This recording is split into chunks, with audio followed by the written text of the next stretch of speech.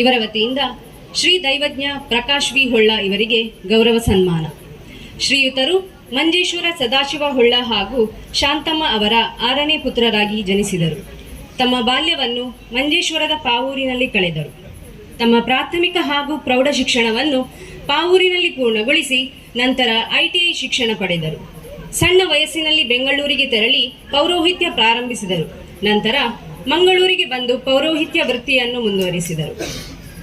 ಇವರು ಪ್ರಶ್ನಾ ಚಿಂತಕರಾಗಿದ್ದು ಅನೇಕ ದೈವ ದೇವಸ್ಥಾನಗಳ ಪ್ರಶ್ನಾ ಚಿಂತನೆ ಮಾಡಿ ದೈವ ದೇವಸ್ಥಾನಗಳ ಜೀರ್ಣೋದ್ಧಾರದಲ್ಲಿ ಇವರ ಪಾತ್ರ ಪ್ರಮುಖವಾಗಿದೆ.